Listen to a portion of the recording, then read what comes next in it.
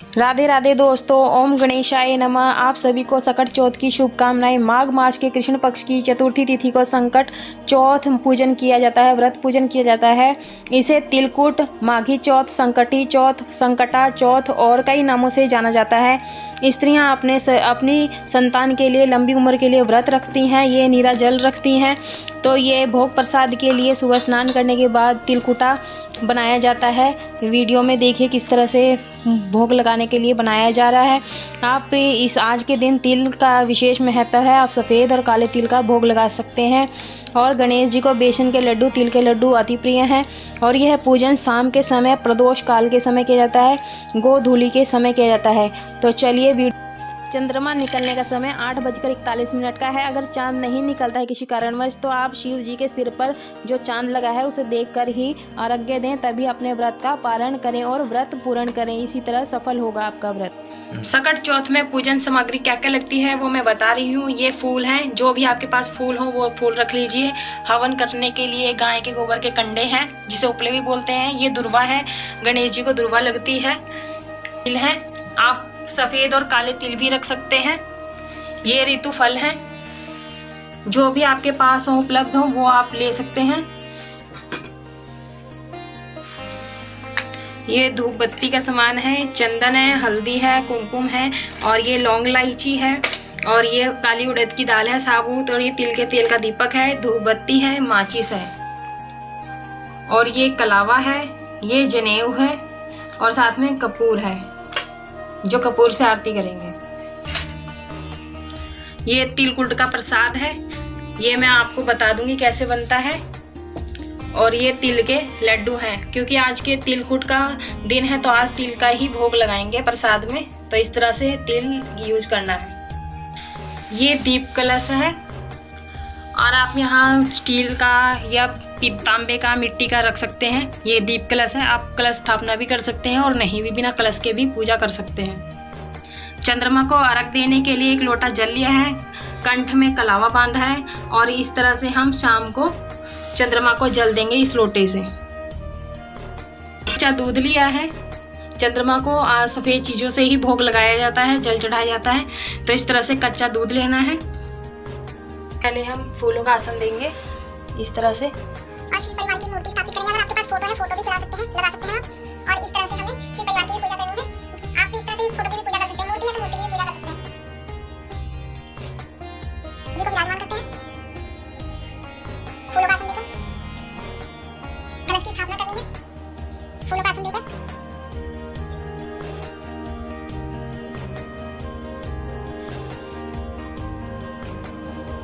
और सबसे पहले पूजा शुरू होने से पहले हम कलश को, दीपक को प्रज्वलित कर लेते हैं, क्योंकि कलश पूजा में अग्नि देवता साक्षी है। तो सबसे पहले हम दीपक को जला लेते हैं।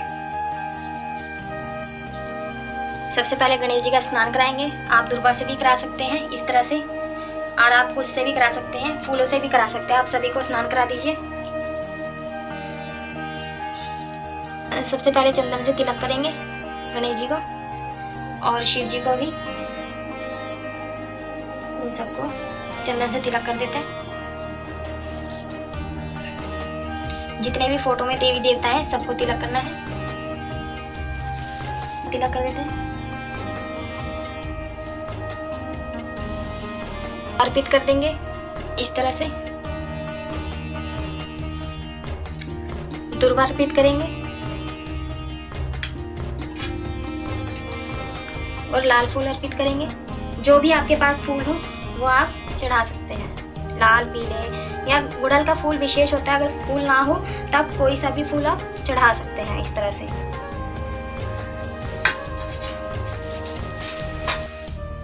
हमारा चढ़ाते हैं।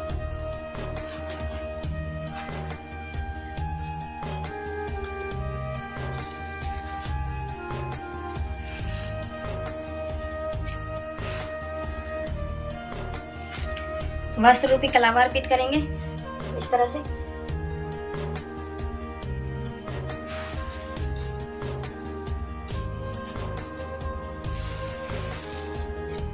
गणपति जी को भी वस्त्र रूपी कलावा अर्पित करेंगे।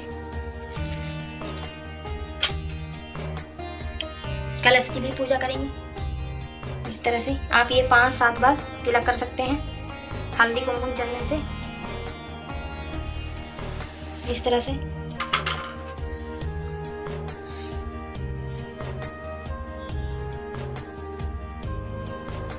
ये 8 बार भी टेक सकते हैं आप। और मस्त अर्पित करेंगे। फूल अर्पित करेंगे, जो भी फूल हो आपके पास वो अर्पित कीजिए।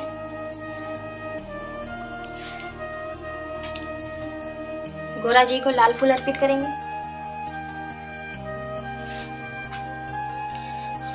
सफेद फूल भी अर्पित कर सकते हैं, आपके पास जो भी फूल हो आप वो अर्पित कर सकते हैं।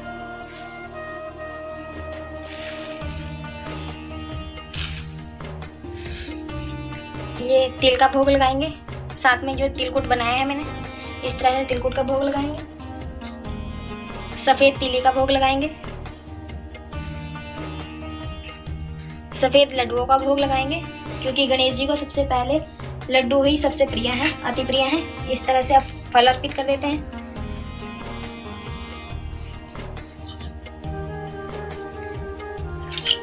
ये लौंग इलायची है, इसका भी भोग लगा रही हूँ।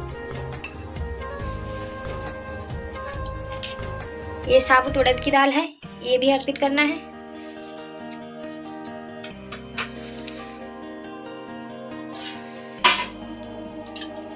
ये पीने के लिए जल का लोटा है, आप ये जल भी अर्पित करेंगे।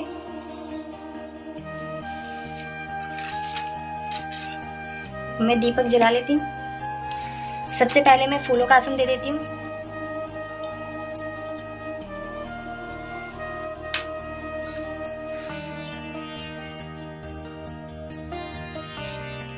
दीपक को भी पहले तिलक कर लो। तिलक करना है सबसे पहले।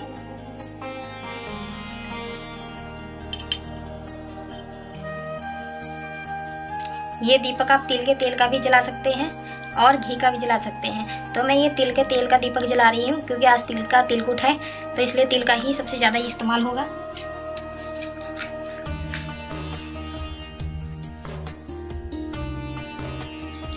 और सबसे पहले मैं धूप दीप दिखा देती हूँ सबको।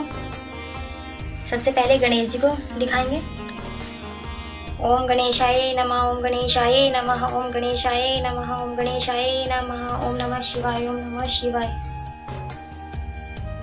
ओम नमः शिवाय, ओम नमः शिवाय, ओम गणेशाय नमः, ओम गणेशाय नमः, ओम गणेशाय नमः, ओम गणेशाय नमः। अब दीप कलश की भी पूजा कर लेते हैं। ओम नमः शिवाय, ओम नमः शिवाय, ओम नमः शिवाय, ओम नमः शिवाय, ओम नमः शिवाय, नमः शिवाय, ओम नमः शिवाय, ओम नमः शिवाय। इस तरह से धूप दिखा देंगे और फिर दीपक से आरती करेंगे। ओम गणेशाय नमः, ओम गणेशाय नमः। इस तरह से सबको दीप दिखा देंगे, धूप दीप दिखा देंगे। और सबसे पहले आप कपूर हवन करेंगे। हवन करके दिखाते हैं किस तरह से हवन होती है। इस तरह से तिल के तेल का दीपक जला लेंगे और एक टिकिया कपूर की लगाएंगे, क्योंकि कपूर से तिलक जलाना है। इस तरह से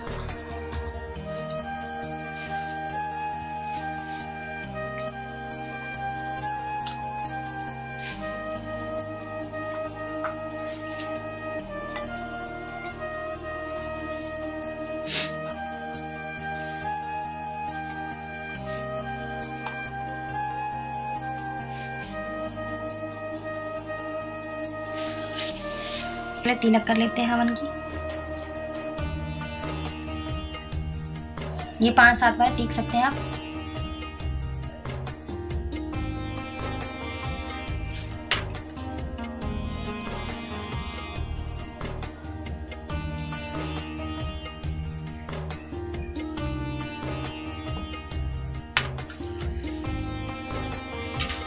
ये इस तरह से गुड़ और उड़द की हवन करना है। इस तरह से आप थोड़े ज़्यादा, जिस तरह से भी हवन, ये आम की लकड़ी है, साथ में ये गोहे के उपले हैं, तो इस तरह से हमें लेना है। इस तरह से लेना है हमें हवन की सामग्री, और इस तरह से हमें इस तरह छोड़ना है। सबसे पहले गणेश जी का नाम लेते हुए आहुति डालनी है, फिर शिव जी के नाम से आहुति डालनी है, फिर सभी देवी देवता का आह्वान करके आहुति डालनी है। इस तरह से आप ये 8 बार 108 बार किसी भी तरह से कर सकते हैं। और इसमें तिल का ही हवन किया जाता है, आहुतियाँ दी जाती हैं, तो इस तरह से दिया जाएगा। तो इस तरह से आपने फूल और ये तिल हाथ में लेकर इस तरह से कथा सुननी है।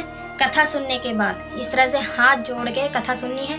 कथा सुनने के बाद ये सामने आपने जल का लोटा रखना है इस तरह से, और इसमें सबसे पहले दूध डालेंगे, कच्चा दूध।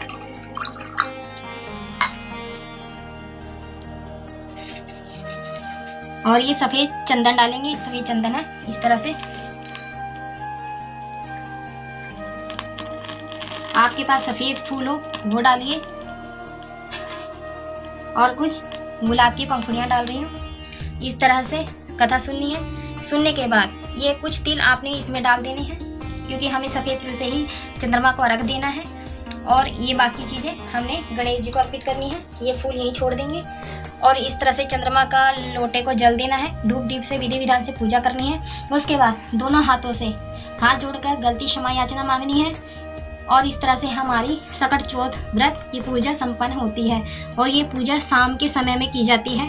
कहीं लोग सुबह 10 बजे 11 बजे के आसपास भी करते हैं, लेकिन ज़्यादातर प्रदोष काल में ही पूजा की जाती है।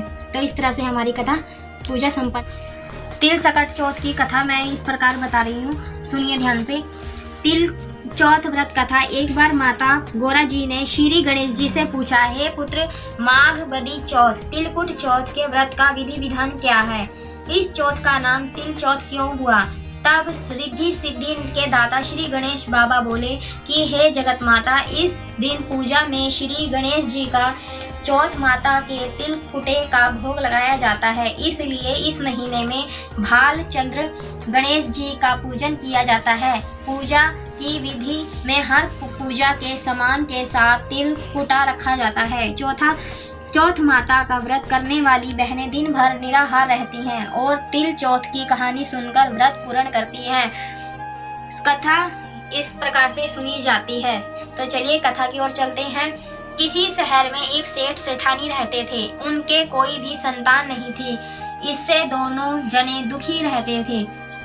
एक बार सेठानी ने पड़ोसियों की स्त्रियों को तिल चौथ व्रत करते हुए देखा तो पूछा, आप किस व्रत को कर रही हैं?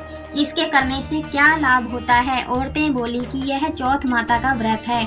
इसको करने से धन, वैभव, पुत्र, सुहाग आदि सब कुछ प्राप्त होता है। घर में सुख शांति का वास होता है। तब सेठानी बोली, यदि मेरे पुत्र हो जाएं तो मैं चौथ माता का व्रत करके 1.25 किलो तिल कुटा चढ़ाऊंगी।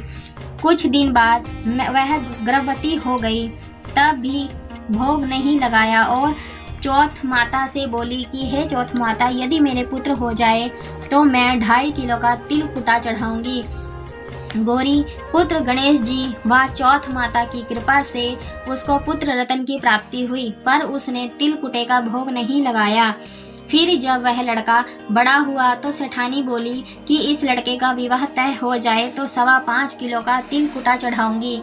भगवान गजानंद व तिल चौथ माता की कृपा से सेठानी के पुत्र की सगाई अच्छे कुल की कन्या से हो गई और लगन मंडप में फेरे होने लगे।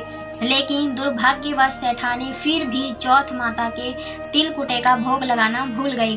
तब चौथ माता व श्री गणेश उस पर कुपित हो गए, क्रोधित हो गए। अभी फेरों के वक्त में 3 ही फेरे हुए कि चौथ माता अपना कोप दिखाती हुई आई व दूल्हे राजा को उठा के ले गई और गांव के बाहर पीपल के पेड़ पर छिपा दिया। सब लोग अचंभे में रह गए कि एकाएक दूल्हा कहाँ चला गया। कुछ दिन बाद वह लड़की गणगौर पूजने जाते हुए उस पेड़ के पास से निकली तो पेड़ पर से दूल्हा बना हुआ लड़का बोला, आओ आओ मेरी अध ब्याही पत्नी आओ। तो वह भागी हुई अपने घर गई और अपनी माता को सब घटना सुनाई। यह समाचार सुनते ही सभी परिवार जन वहां पहुंचे और देखा कि यह तो वही जमाई राजा है जिसने हमारी बिटिया से अधफेरे खाए थे और उसी स्वरूप में पीपल पर बैठे हैं। तो सभी ने पूछा कि आप इतने दिनों से यहाँ क्यों बैठे हो, इसका क्या कारण है? जमाई राजा बोले, मैं तो यहाँ चौथ माता के गिरवी बैठा हूँ। मेरी माता श्री से जाकर कहो कि वह मेरे जन्म से लेकर अभी तक के बोले हुए सारे तिल कुटे का भोग लगाकर और चौथ माता से प्रार्थना करके क्षमा याचना करे, जिससे माता की कृपा से मुझे छुटकारा मिलेगा। तब लड़के की सास ने अपनी समधन को जाकर सारा हाल सुनाया। तब दोनों समधनों ने सवा मन का तिलकुटा श्री संकट सुमन गणपति भगवान व चौथ माता जी को चढ़ाया। विधि विधान से पूजन करके तिलकुट चौथ की कहानी सुनी। तब चौथ माता ने प्रसन्न होकर हर्षित हुई, बिजली की तरह दूल्हे राजा को वहां से उठाकर फिर वहीं फेरों के स्थान पर ले जाकर बिठा दिया। वहां वर वधू ने 7 फेरे पूरे किए और वर वधू सकुशल अपने घर के लिए विदा हुए। चौथ माता की कृपा से दोनों परिवारों में सभी तरह के अमन चैन व खुशहाली हुई। हे चौथ माता, जैसा उस लड़के के साथ हुआ वैसा किसी के साथ मत करना। जैसे सेठ और सेठानी को दिया वैसे सबको देना। तिल चौथ की कहानी कहने सुनने और हुंकारा देने वाले और पूरे परिवार को देना। बोलो श्री गणेश भगवान व तिल चौथ माता की जय।